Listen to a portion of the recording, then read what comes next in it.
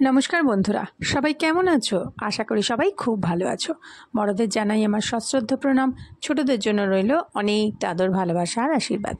চলে এলাম কাকলির ক্যানভাসের একটি নতুন পর্বে।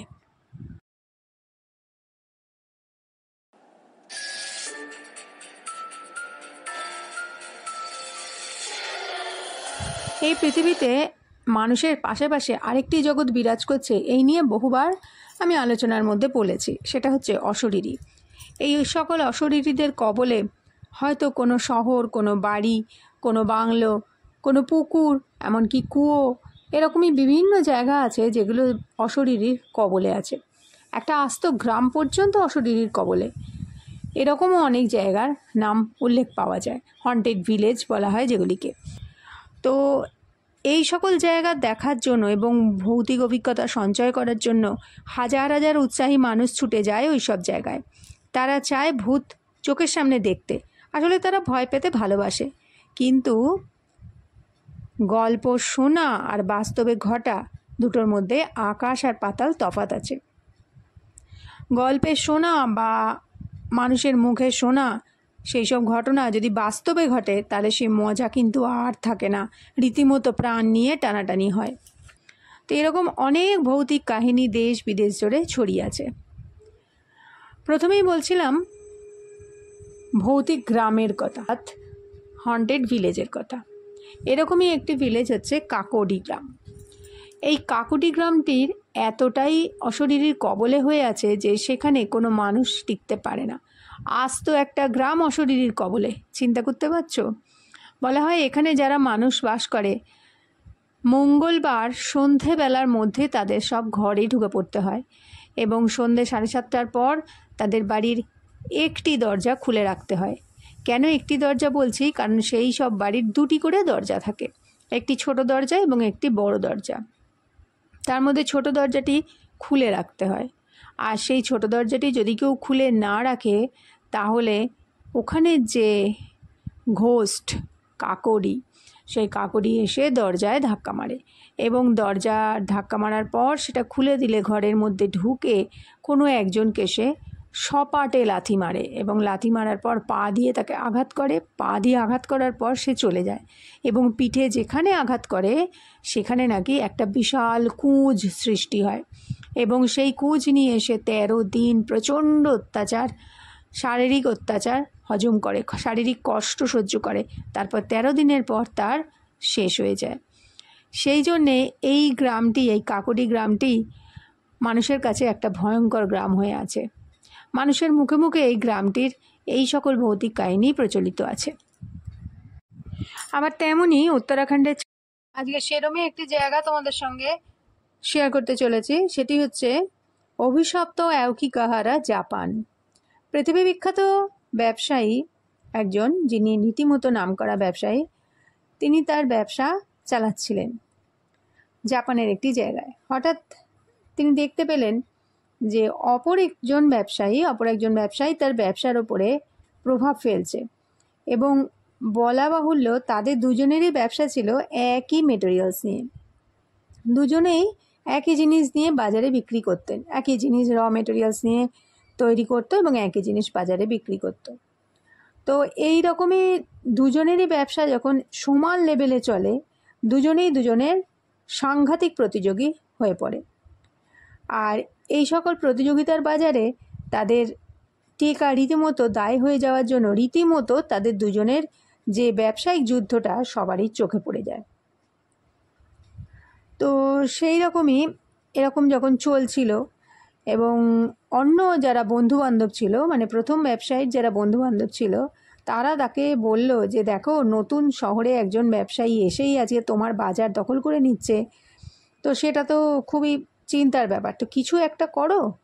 তখন সে প্রথম ব্যবসায়ীর নাম ধরে নিচ্ছি মিস্টার রায় এবং দ্বিতীয় ব্যবসায়ীর নাম হচ্ছে মিস্টার জয়সওয়াল।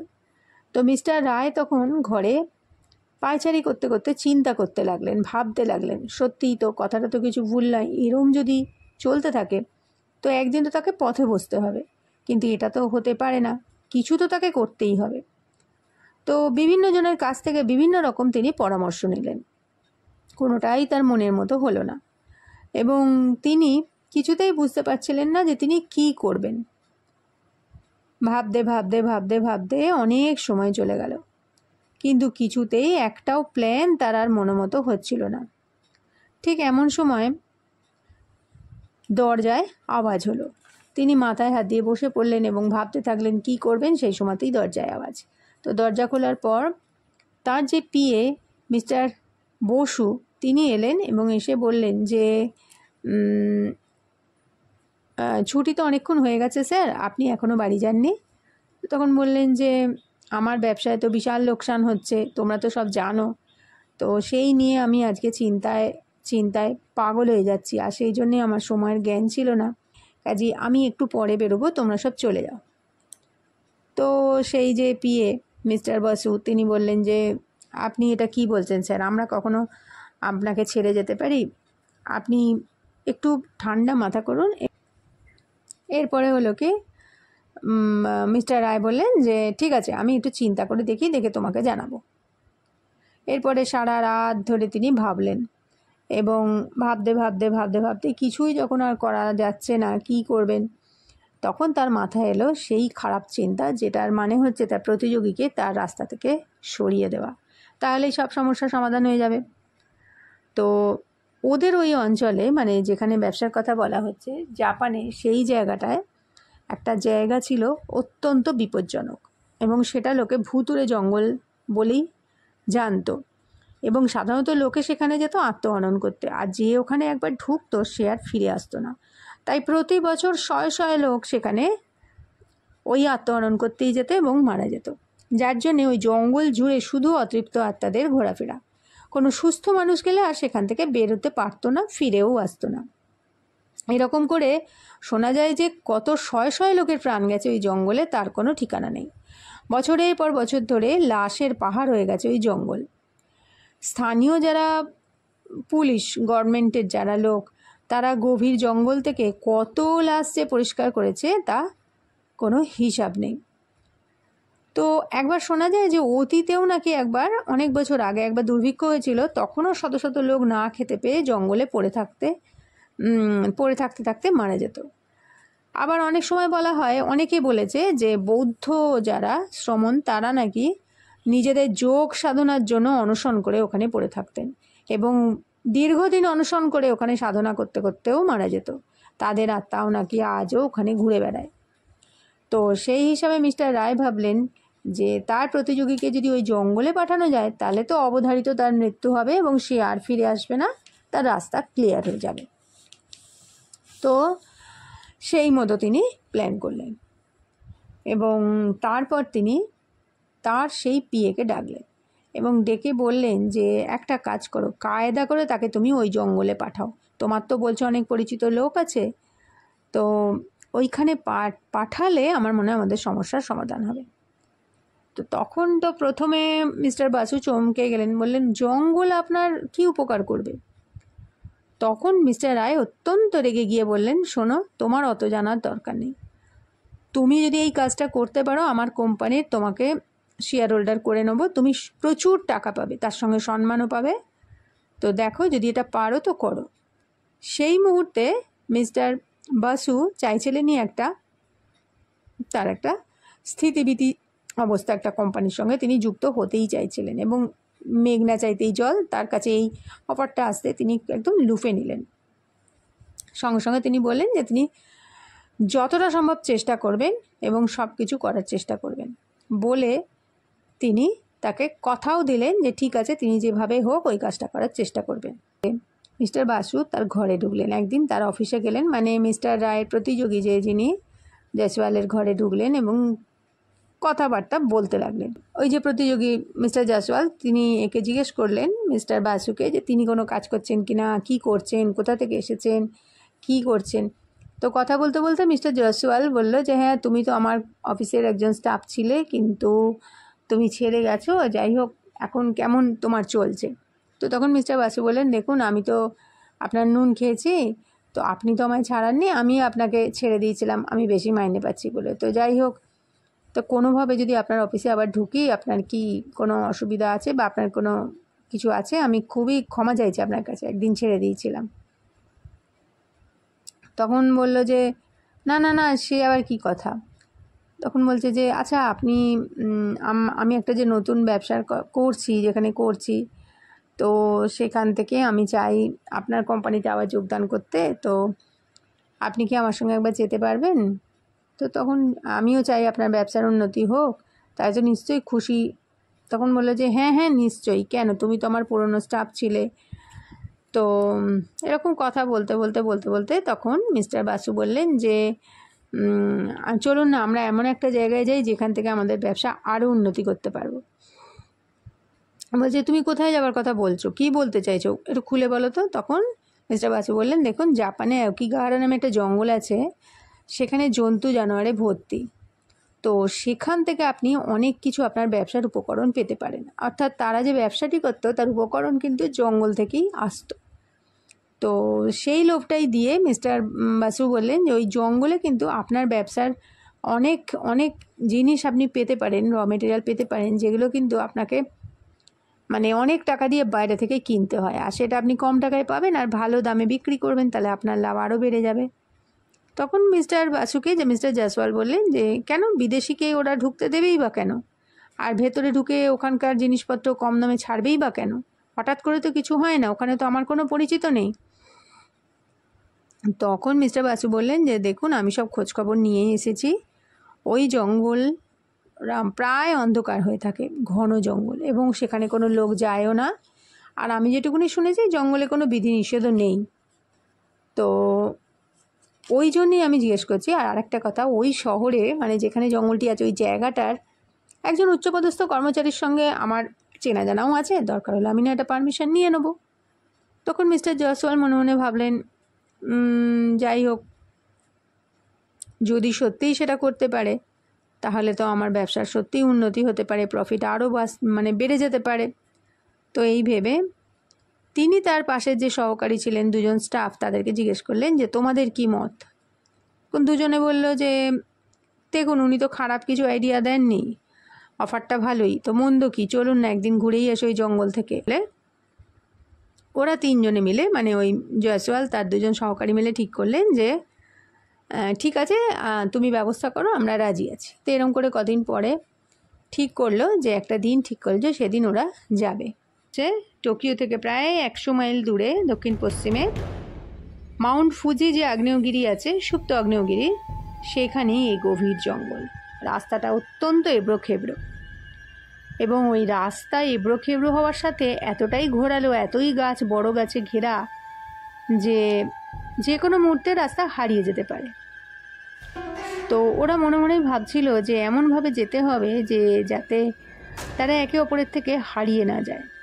এবং জঙ্গলে ঢুকতে গিয়েই প্রত্যেকের মনে এই কথাটাই এলো যে এই জঙ্গল মানে হচ্ছে আত্মহননের জঙ্গল।